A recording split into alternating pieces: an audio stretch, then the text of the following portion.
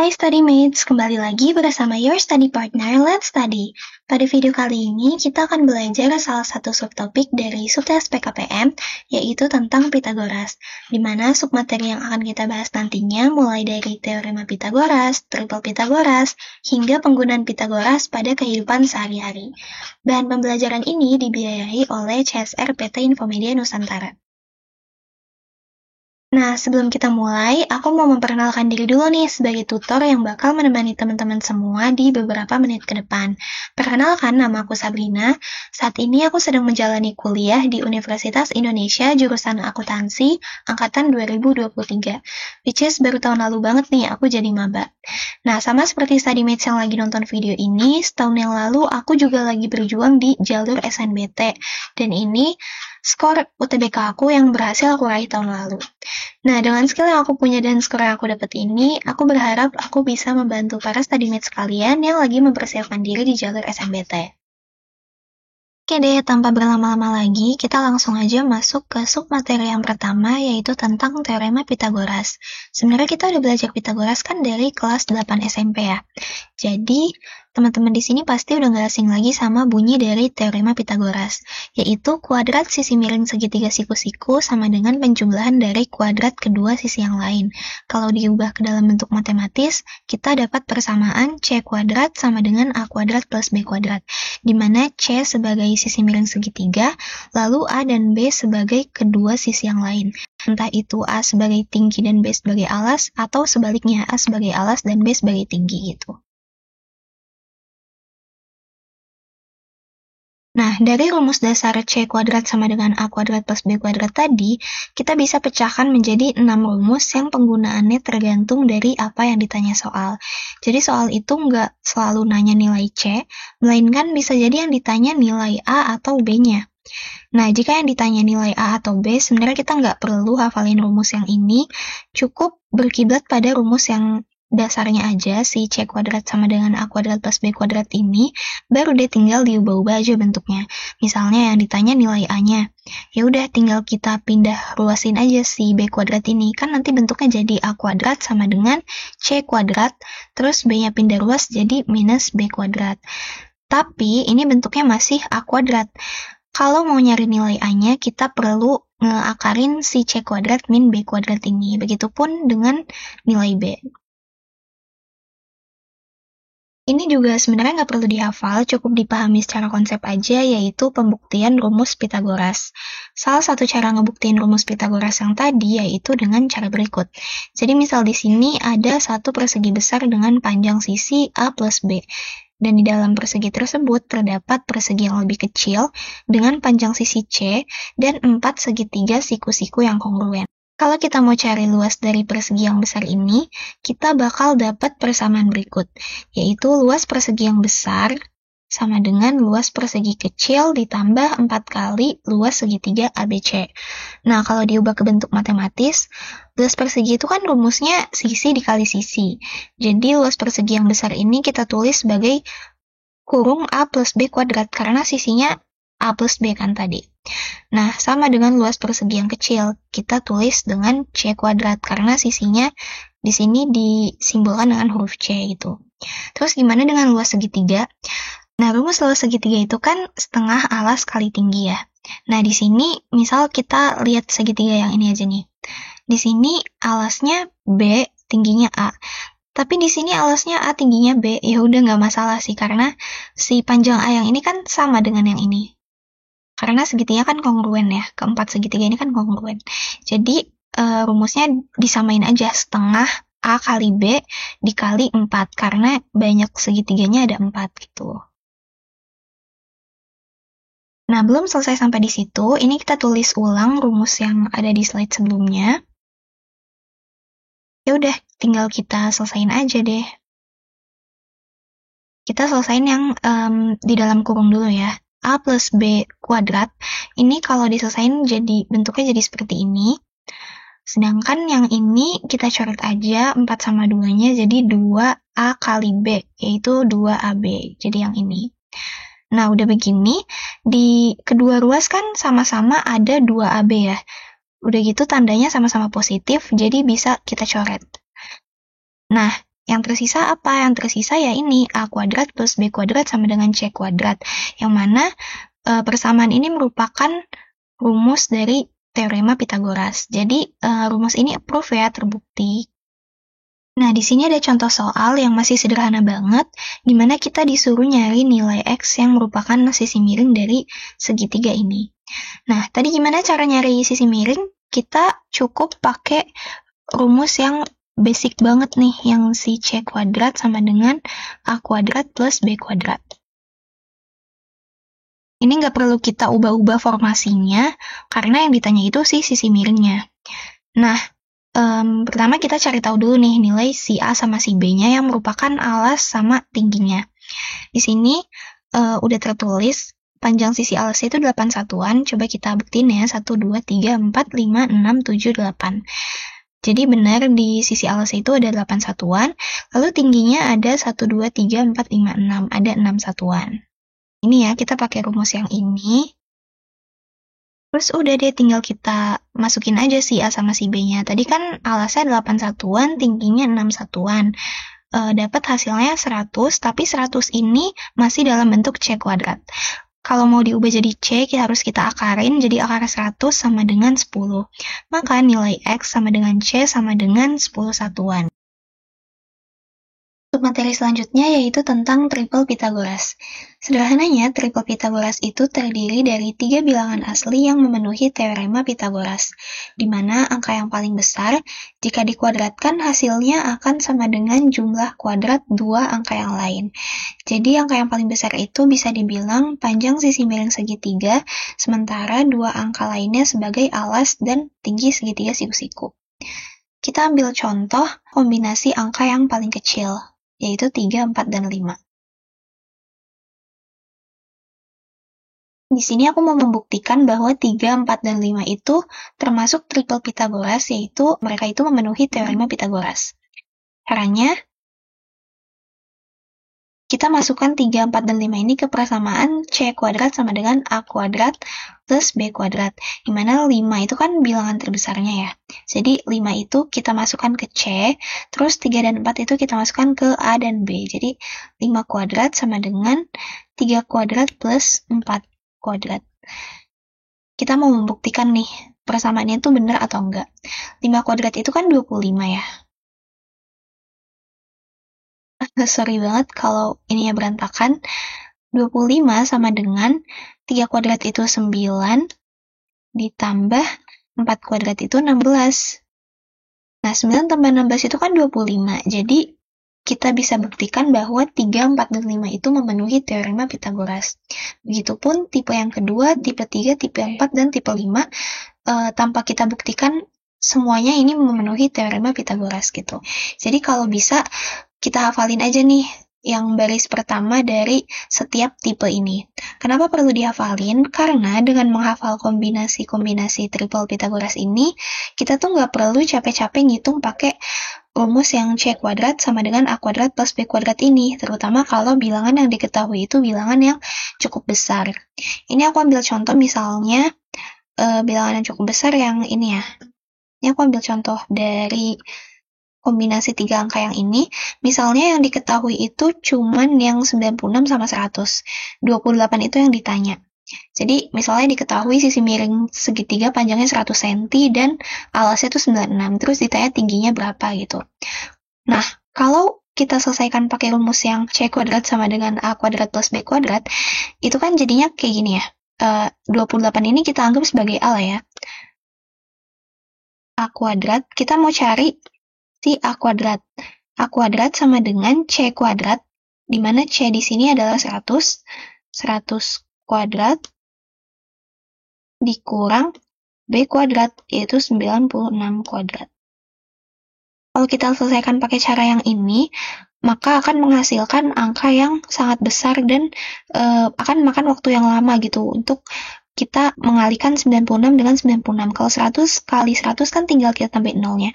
Tapi kalau 96 kali 96 kan cukup memakan waktu ya untuk ngaliin kedua angka tersebut. Sementara di SNBT itu, satu soal itu tuh kalian gak bisa lama-lama gitu ngerjainnya. Jadi daripada pakai cara yang seperti ini, mending kita cari tahu 100 dan 96 ini sama-sama kelipatan dari berapa gitu. Jadi kita cari tahu dulu nih, 96 sama 100 kalau disederhanain tuh jadi berapa? Nah, 96 sama 100 ini tuh sama-sama bisa dibagi 4. Sama-sama merupakan kelipatan 4 dari kalau 96 dibagi 4 itu sama dengan 24, sedangkan 100 itu kalau dibagi 4 sama dengan 25.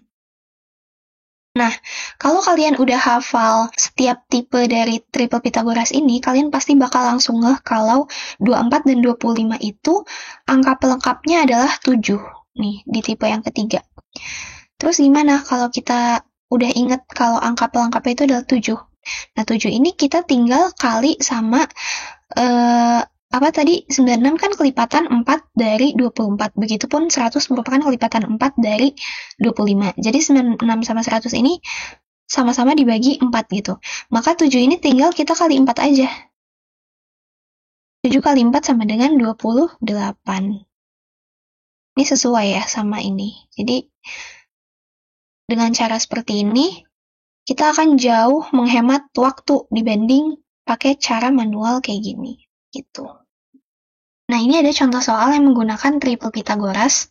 Ini sama ya, kedua angka yang diketahui itu jumlahnya sama-sama besar dan akan memakan waktu yang cukup lama untuk menghitung 48 dikali 48 gitu. Karena kan rumus yang kita pakai itu sama dengan C kuadrat sama dengan A kuadrat ditambah B kuadrat. Jadi kita perlu mengalihkan 48 dengan 48 dan 20 dengan 20. Tapi kalau kita pakai cara manual, 48 kuadrat dan 20 kuadrat akan menghasilkan angka yang terlalu besar dan makan waktu yang lebih lama untuk dihitung. Oleh karena itu, kita coba pakai prinsip triple Pythagoras yang tadi udah aku jelasin. Jadi pertama-tama cari FPB dari kedua sisi yang panjangnya diketahui. Jadi kayak kita cari tahu 48 sama 20 ini sama-sama kelipatan dari berapa gitu. Jadi gini, 20 sama 48 tuh kita sederhanain gitu guys. Sama dengan 20 sama 48 ini kan sama-sama bisa dibagi 4 ya, yang paling kecil. Jadi kalau sama-sama dibagi 4, hasilnya tuh 5 per 12 gini. Ini sama-sama dibagi 4. Jadi 4 itu adalah FPB dari 20 dan 48. Selanjutnya, perhatikan apakah dua bilangan dihasilkan memenuhi salah satu tipe triple Pythagoras. Nah, tadi kan kita dapat 20 sama 48, kalau sama-sama dibagi 4 itu hasilnya 5 sama 12. Satu angka yang bisa melengkapi angka 5 dan 12 itu adalah 13, sesuai sama tipe yang kedua nih. 5, 12, 13. Kalau udah tahu angka yang perlu kita lengkapin, yaitu 13, terus kita kali deh sama si 4 ini, karena 4 itu adalah FPB dari 20 dan 48. Jadi 13 kali 4 sama dengan 52. Jadi kombinasinya adalah 20, 48, sama 52. Sesuai sama ini. Dia adalah kelipatan 4 dari 5, 12, 13. Selanjutnya, manfaat Pythagoras. Dengan rumus Pythagoras, kita tuh dapat menentukan apakah suatu segitiga merupakan segitiga lancip, tumpul, atau siku-siku. Kalau segitiga siku-siku, dia kan udah pasti rumusnya adalah C kuadrat sama dengan A kuadrat plus B kuadrat ya. Tapi gimana kalau C kuadrat itu lebih kecil daripada A kuadrat plus B kuadrat nih? Kalau C kuadrat yang lebih kecil daripada A kuadrat plus B kuadrat, maka segitiga itu adalah segitiga lancip, bukan segitiga siku-siku. Kalau segitiga siku-siku, dia kan sudut antara A sama B-nya tuh 90 derajat ya. Nah, kalau C kuadratnya lebih kecil daripada A kuadrat plus B kuadrat, dia sudut antara B-nya tuh lancip, makanya disebut segitiga lancip, bukan segitiga siku-siku. Sedangkan kalau C kuadrat yang lebih besar daripada A kuadrat tambah B kuadrat, dia akan menghasilkan sudut yang tumpul di antara A sama B ini, makanya dia dinamakan segitiga tumpul gitu. Selanjutnya, manfaat yang kedua, dengan rumus Pythagoras kita dapat mengetahui navigasi antara dua titik. Maksudnya gimana? Jadi misalnya ada dua titik nih, contohnya ada di sini digambarinnya dengan rumah ya. Jadi jarak antara rumah A dan rumah B itu bisa kita lewatin dengan jalanan ini nih. Tapi sebenarnya jalanan yang tegak lurus ini itu bukan rute yang tercepat. kita bisa nyari rute tercepat antara rumah A sama rumah B dengan rumus Pitagoras, yaitu kita memotong dari titik A ke titik B dengan garis yang miring. Jadi kita ibaratkan sebagai segitiga siku-siku gitu. Nih, apabila digambarkan, jarak antara rumah A dan rumah B membentuk dua sisi penyiku segitiga siku-siku, seperti yang udah aku gambarin tadi ya. Jadi, sebenarnya kalau kita lewat jalan biasa, itu kita bakal membentuk seperti dua sisi penyiku pada segitiga siku-siku gitu. Tapi sebenarnya ada rute yang lebih cepat dari jalan ini, yaitu dengan memotong antara dua garis tadi gitu. Jadi ini kesini dia dari titik A ke titik B. Selain itu, 300 meter dan 400 meter merupakan kelipatan 100 dari 3 dan 4. Nah, ini yang aku bilang tadi, kalau angkanya gede, kita nggak mungkin nyari 300 kuadrat ditambah 400 kuadrat itu berapa, karena itu bakal memakan waktu yang lama. Jadi daripada begitu, kita coba sederhanain 300 sama 400 itu sama-sama bisa dibagi 100 ya. Jadi 3 bagi 4.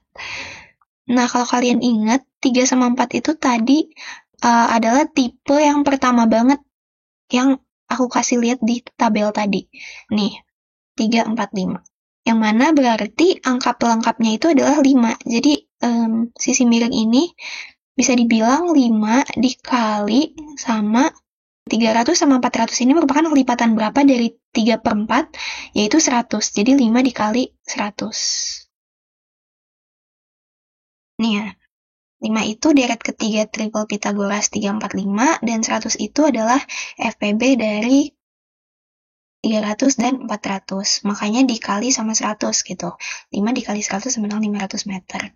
Jadi jarak terdekat antara titik A dan titik B itu sebenarnya adalah 500 meter. Sedangkan kalau kita pakai jalan yang biasa, itu 300 tambah 400 itu kan sama dengan 700. Jadi ini tuh bukan jalan yang tercepat gitu. Kemudian manfaat Pitagoras yang ketiga, yaitu membantu pengukuran dalam bidang arsitektur dan desain interior. Ini sebenarnya pengaplikasiannya tuh beda-beda tergantung sama objek apa gitu yang sedang diukur oleh sang arsitek dan desainer.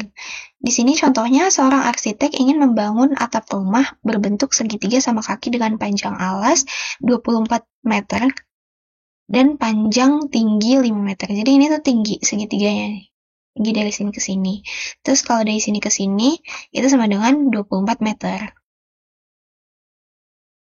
Nah, kemudian kita itu disuruh mengukur panjang kedua kaki atap. Jadi kita disuruh nyari ininya guys, sisi miringnya. Ini kan tadi ini tingginya ya, ini alasnya. Nah, untuk kita dapat mencari sisi miring ini, kita kan harus mengkuadratkan si tingginya sama si setengah alasnya kan. Karena kan kita nggak pakai alas fullnya gini, kita cuma pakai setengahnya aja, segini. Nah, ini kita anggap sebagai C, sisi miringnya, tingginya kita anggap sebagai A, lalu alasnya kita anggap sebagai B, yang mana B itu merupakan setengah dari 24 meter, yaitu 12 meter, dan tingginya itu 5 meter. Udah deh, tinggal kita cari pakai rumus yang basic tadi, yang C kuadrat sama dengan A kuadrat plus B kuadrat. A-nya kita masukin 5 ya tingginya, terus B-nya kita masukin 12, yaitu setengah alasnya, menghasilkan 169. Tapi 169 itu masih dalam bentuk C kuadrat. Untuk dapat nilai C, kita perlu mengakarkan 169 tadi, sehingga menghasilkan 13 gitu. Jadi, C sama dengan sisi miring atap sama dengan 13 meter. Sisi miring atap juga dapat dicari lebih cepat jika kita menghafal triple Pitagoras, karena 5 sama 12 itu memenuhi salah satu tipe triple Pitagoras. Jadi kita bisa langsung dapat nih, kalau kita hafal triple Pitagoras yang tadi, terus kita lihat tingginya tuh 5, alasnya 12, ya udah langsung aja kita dapat 13 gitu. Selanjutnya, ini ada contoh latihan soal yang bakal aku bahas. Latihan soal yang pertama, Diketahui sebuah persegi memiliki luas 576 cm kuadrat dengan X sama dengan 2/3 panjang sisi persegi. Berarti X dibanding sama yang ini itu sama dengan 2/1. Karena ini kan 2/3, berarti ini 1/3 itu. Berapakah luas segitiga yang diarsir? Jadi yang ditanya tuh luas segitiga ini. Nah, seperti yang udah aku bilang, luas segitiga itu rumusnya alas kali tinggi bagi 2. Tapi masalahnya alas sama tinggi segitiga ini tuh belum diketahui. Jadi pertama-tama kita perlu nyari alas sama tinggi segitiga ini. Alas sama tinggi. Gimana caranya? Yang pertama tentunya kita harus mengetahui panjang sisi si persegi ini. Nah, kebetulan tadi tuh udah diketahuin kan, luasnya itu sama dengan 576 cm kuadrat. Nah, dari luas yang diketahuin itu, kita bisa nyari panjang sisi persegi dengan cara mengakarkan si 576 itu tadi. Karena luas persegi itu kan rumusnya sisi kali sisi. Maka untuk mencari panjang satu sisi persegi itu bisa dicari dengan akar si luas persegi itu. Nah, akar dari 576 itu sama dengan 24 cm. Jadi, ini bisa kita gambar. Ini tuh panjangnya 24 cm. Nah, kembali lagi, tadi kan kita mau nyari alas sama tingginya. Pertama kita nyari alas dulu deh. Alas ini kalau kita perhatiin, ternyata dia bukan cuman jadi alas bagi si segitiga yang besar ini, melainkan juga dia jadi sisi miring dari segitiga yang kecil ini nih, yang tingginya 9 cm. Nah, gimana cara nyarinya? Cara nyarinya kita bisa pakai rumus C kuadrat sama dengan A kuadrat plus B kuadrat. Ini rumus basic Pythagoras, tapi ABC yang kita pakai di sini itu bukan ABC yang ini, yang segitiga yang besar, melainkan ABC segitiga yang kecil. Jadi A ini kita anggap sebagai C untuk si segitiga yang kecil, karena kan dia sisi miringnya ya. Terus, misalnya di sini, si 9 itu A dan alasnya itu B. Yang kita cari itu adalah C. Nah, si B-nya itu tahu dari mana? Si B-nya itu, kan di sini kan ada tanda ini ya guys. Ini tuh menandakan bahwa sisi kanan sama sisi kiri itu sama. Jadi bisa dibilang ini tuh setengah dari sisi persegi ini. Sisi persegi ini kan panjangnya 24 cm yang udah kita cari tadi. Berarti setengahnya ya 12 gitu. Jadi A sama B-nya itu adalah 9 dan 12. Nih. 4 bagi 2, 12. Udah deh, tinggal kita akarin. Akar 9 kuadrat ditambah 12 kuadrat sama dengan 15 cm. Ini udah kita dapat ya guys, alasnya 15 cm. Terus tingginya gimana? Nah, sama seperti si alas segitiga yang besar ini, ternyata tingginya itu dia juga menjadi sisi miring dari segitiga yang ini nih guys, yang tingginya X. Maka dari itu, kita kembali menggunakan rumus si C kuadrat sama dengan A kuadrat plus B kuadrat, di mana C-nya itu kita masukin T, jadi T-nya itu yang dicari, terus A-nya itu kita masukin si X. Si X ini kan tadi 2/3 panjang sisi ya. 2/3 panjang sisi berarti 2/3 kali 24. Sama dengan 16 ya. Jadi si X ini sama dengan 16 panjangnya. Nah, si B-nya kita masukin sama kayak B yang ini nih, B di segitiga yang kecil, yaitu 12. Karena dia kan sama-sama setengah ya, panjangnya sama. Jadi, tinggi segitiga yang diarsir sama dengan X kuadrat. Tadi kita udah dapat X kuadrat itu 16. Ini yang belum disederhanain, ini tinggal kita coret aja sih, 8 kali 2 kan 16 ya. Ini 16 kuadrat. Ditambah sama 12 kuadrat. Nah, ini kayaknya kita bisa pakai triple Pythagoras deh, guys. Kita lihat ke slide yang tabel tadi. Kita cari 12 sama 16 itu perlu dilengkapin sama angka berapa? Nih, langsung dapat ya. Perlu dilengkapin sama angka 20.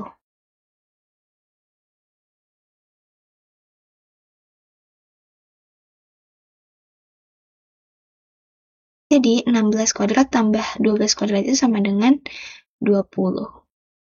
20 kuadrat maksudnya.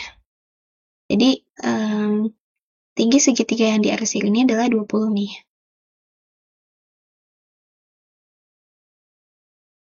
Kita tulis lagi, ini 20, ini 15. Udah deh, karena yang dicari luas segitiganya bukan panjang sisi miringnya, jadi kita nggak perlu nyari nih panjang sisi miring segitiga yang besar ini. Kita cuman perlu masukin 20 sama 15 ini ke rumus alas kali tinggi dibagi 2. 15 kali 20 dibagi 2 sama dengan 150 cm. Selanjutnya, contoh latihan soal yang kedua, ini bentuknya soal cerita ya guys. Biasanya keluar di subtes penalaran matematika. Budi ini memiliki kebun berbentuk persegi seluas 5,76 hektar. Dari total luas kebun tersebut, Budi ini ingin memasang pagar pembatas untuk lahan khusus tanaman cabai yang berbentuk segitiga siku-siku dengan alas panjang 1/5. Jadi ini alasnya 1/5 panjang sisi kebun dan tingginya itu 1/12 sisi kebun. Berapakah total panjang pagar yang dibutuhkan? Lihat penyelesaiannya. Total panjang pagar yang dibutuhkan itu sama dengan keliling segitiga siku-siku. Karena tadi kan katanya si lahan khusus tanaman cabai ini membentuk segitiga siku-siku kan.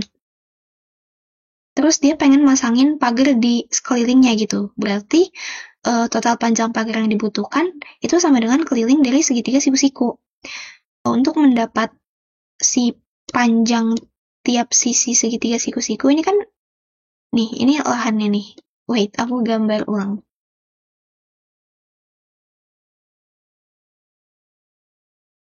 Ini kita anggap sebagai lahannya. Nah, kita tuh perlu nyari A, B, C.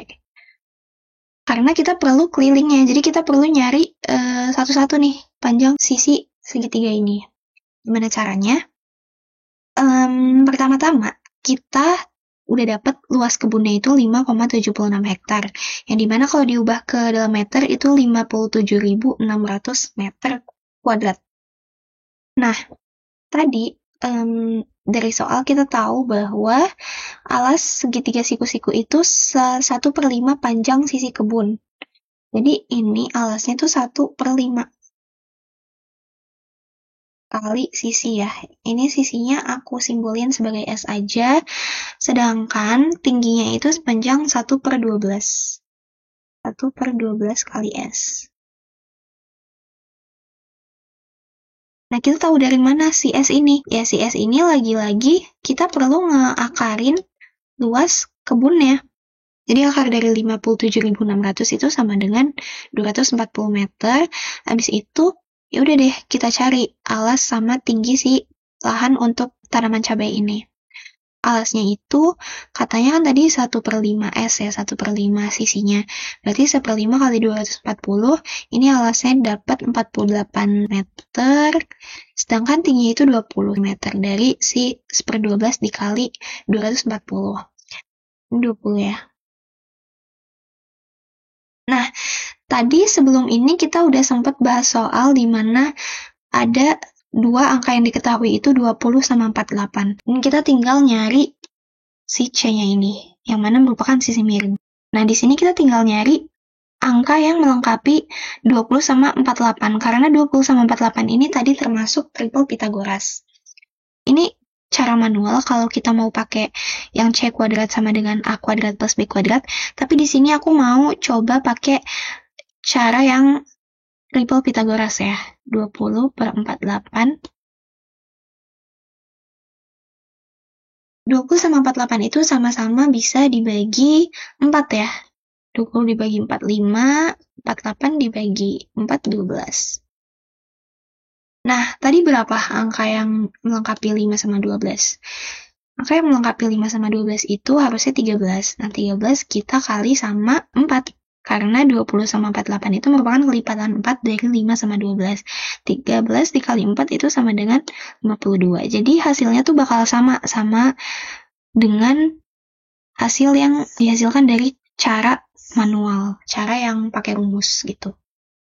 Nah, karena kita udah tahu panjang masing-masing sisi dari segitiga siku-siku ini coba kita gambar lagi. Tadi itu kan alasnya 48, tingginya 20, sisi miringnya 52. Ya udah deh, tinggal ditambah aja, hasilnya sama dengan 120 meter. Ini contoh latihan soal yang terakhir, yang ketiga. Diketahui dua segitiga siku-siku AED, yang ini, dan BCF berada dalam sebuah persegi panjang. Jika luas BCF sama dengan 60 cm kuadrat, berapa panjang AB? Jadi kita disuruh cari ini, dan yang diketahui itu cuman luas si BCF nih, 60 cm kuadrat. Oke, kita masuk ke penyelesaiannya ya. Jadi, untuk memudahkan, kita buat garis titik-titik antara si G sama si H. Ini kan nggak ada ya, belum ada si G sama si H. Ini kita gambar aja. Tujuannya apa? Tujuannya untuk mencari panjang AB. AB itu bisa kita cari dengan cara GE ditambah EH. Sama kan? Ini. Sama dengan ini ditambah dengan ini. Tapi GE sama EH itu sendiri sebenarnya belum diketahui, makanya pertama-tama kita harus nyari panjang GE-nya dulu nih. Untuk mencari panjang GE, kita bisa mencari dengan rumus luas segitiga AED, yaitu AE dikali ED bagi 2 sama dengan AD dikali GE bagi 2. Kalau masih bingung kenapa bisa kayak gini, jadi rumus luas segitiga AED itu ada 2. Yang pertama bisa jadi AE dikali ED bagi 2 karena dia alas kali tinggi bagi 2, ya kan? Ini bisa jadi alas, ini bisa jadi tinggi. Tapi di sisi lain, si AD ini juga bisa jadi alas dan GE ini bisa jadi tinggi. Maka dari itu dia punya 2 rumus luas segitiga, yaitu yang pertama AE dikali ED dibagi 2 sama dengan AD dikali GE dibagi 2. Dua-duanya sama, yaitu alas kali tinggi bagi 2 gitu. Nah, dari sini kita bisa nyari GE dengan mengubah bentuk ini menjadi GE sama dengan gitu. GE sama dengan AE kali ED dibagi AD. Tapi lagi-lagi ternyata panjang AD itu belum diketahui, guys. Oleh karena itu kita harus terlebih dahulu mencari panjang dari AD ini dengan rumus Pythagoras. Tadi tuh AE sama ED kan udah diketahui ya sisinya. Nih, 9 sama 12. Ini kita salin 9 sama 12. Ya udah, tinggal kita cari aja panjang AD dengan rumus Pythagoras, di mana AD sama dengan akar dari AE kuadrat ditambah ED kuadrat.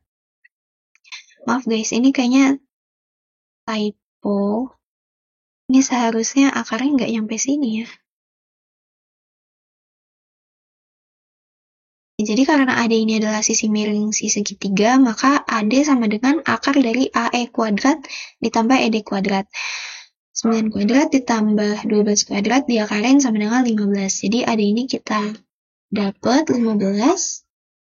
Baru deh kita masukin AD ke rumus yang tadi nih, yang ini. Nih, yang ini. Jadi ini kita nyelesainnya step by step gitu ya. Kita masukin AD ke rumus yang tadi, AE-nya itu kan 9, dikali ED-nya 12, dibagi AD-nya 15. Dapat deh GE-nya itu sama dengan 7,2 cm. Tapi belum selesai sampai di situ, kita masih harus nyari si EH. Nih, ini kita salin lagi, 9, 12, 15, dan 7,2. Kita masih harus nyari panjang si EH.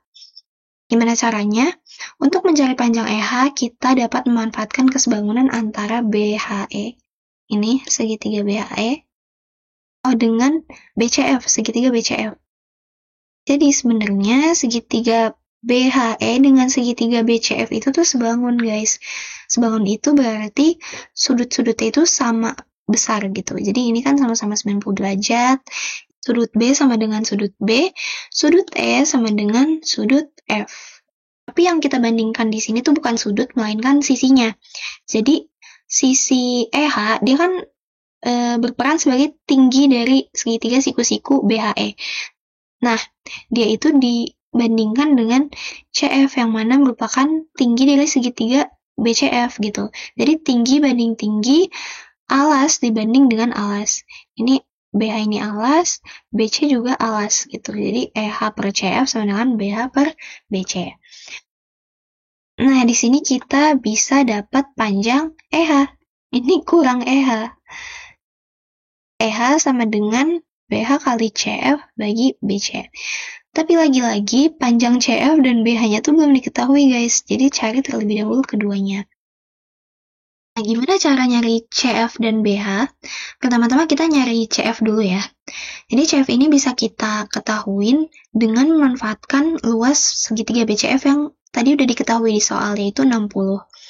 Sedangkan panjang BC itu kan sama dengan panjang AD ya. Tadi tuh ada 15.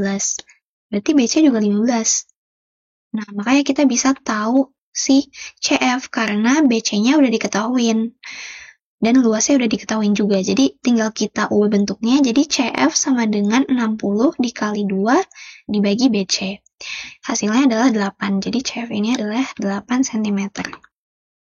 F udah, nah terus kita cari BH.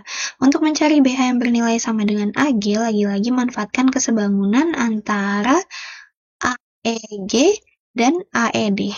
Dan ini soalnya rada kompleks ya guys, kita harus pinter-pinter memanfaatkan segala yang diketahuin atau yang sebangun gitu. Kebetulan si segitiga AEG dan AED ini juga ternyata sebangun. Nah, untuk dapat mencari BH, BH itu kan sama dengan AG. Jadi kita nyari AG-nya dulu nih. Kita nyari AG-nya dulu dengan cara AG dibandingkan dengan AE karena AG itu berperan sebagai alas di segitiga yang kecil ini. Nah, sedangkan alas untuk segitiga yang besar itu adalah AE. Jadi alas banding alas itu sama dengan AG banding AE. Sama dengan tinggi banding tinggi. Kalau di segitiga yang kecil, tingginya itu adalah GE, sedangkan di segitiga yang besar, tingginya adalah ED. Makanya, GE dibandingkan dengan ED, sama dengan BH itu sama dengan AG. AG, ini tinggal kita ubah aja bentuknya jadi AG sama dengan GE dikali AE per ED. GE-nya itu kan tadi udah kita ketahuin 7,2. Terus, AE-nya 9, ED-nya 12. Ini tadi udah kita ketahui ya guys, emang udah diketahui dari soal. Jadi nggak perlu kita cari-cari lagi. Dapat D 5,4 cm. Itu adalah panjang AG yang mana merupakan panjang BH juga gitu. Jadi ini 5,4. Nah, setelah mengetahui panjang BH dan CF, barulah masukkan keduanya ke dalam persamaan untuk mencari EH tadi. Nah, kita balik lagi ke EH. Kan kita sebenarnya mau nyari panjang AB ya guys, tapi emang jadinya kemana-mana karena ini soalnya lumayan kompleks. Ingat AB itu sama dengan GE ditambah EH dan kita lagi mau nyari EH. Tadi untuk mencari EH, kita juga memanfaatkan kesebangunan antara BHE dengan BCF. Ini rumus yang udah kita sederhanakan. EH sama dengan BH dikali CF per BC.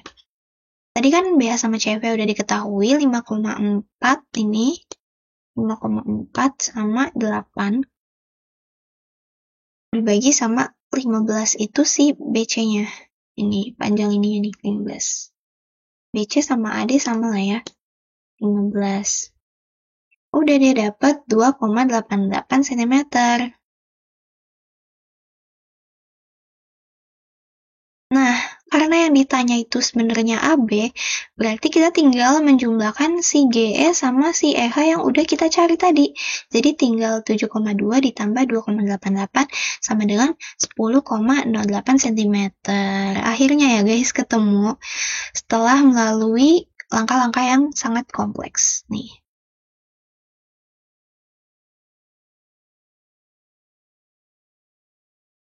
Nah, kira-kira segitu aja guys pemaparan materi Pythagoras dari aku. Tapi sebelum kita akhiri videonya, aku beserta segenap tim Let's Study mengucapkan terima kasih banyak kepada CSR PT Informedia Nusantara yang telah membiayai produksi materi ini. Untuk dapat mendalami materi ini lebih lanjut, StudyMates bisa mengakses tautan e-book, PPT, dan latihan soal yang terdapat di description box. Video ini sendiri juga ada di playlist YouTube Let's Study. StudyMates juga dapat mendukung Let's Study dengan berdonasi berapapun nominalnya ke QR Code yang tertera di layar.